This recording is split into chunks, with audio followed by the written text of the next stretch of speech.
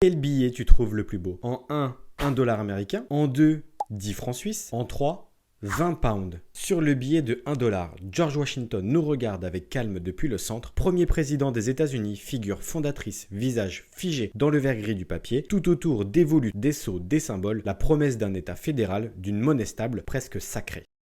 Au verso, les mythes prennent le relais. À gauche, la pyramide inachevée surmontée de l'œil de la Providence entoure d'un regard mystérieux l'inscription latine traduite Nouvel Ordre Mondial. À droite, l'aigle américain aile déployée, flèches et rameaux dans ses serres. Et au centre, le mot One imposant. Un billet aussi iconique que le pays qu'il représente. Sur le billet de 10 francs suisses, une main s'ouvre, mais elle ne vient pas saisir, elle dirige. Entre ses doigts, une baguette de chef d'orchestre. Le geste est précis, mesuré, comme pour donner le tempo. Juste en dessous, un globe stylisé semble en mouvement, entraîné dans une chorégraphie silencieuse.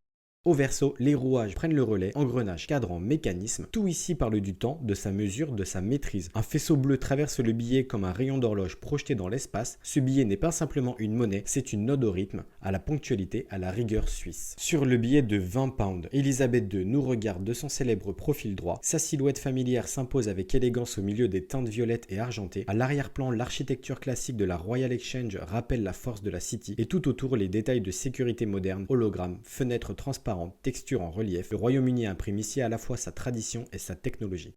Au verso, un autre visage, J.M.W. Turner, peintre du mouvement et de la lumière. Derrière lui, un de ses chefs-d'œuvre, The Fighting Téméraire, voilier mythique tiré par un remorqueur. Une scène douce et mélancolique comme une dernière traversée. Un billet qui célèbre l'art, la royauté et le génie britannique. Maintenant, dis-moi lequel tu préfères entre les trois et abonne-toi pour découvrir demain de nouveaux billets.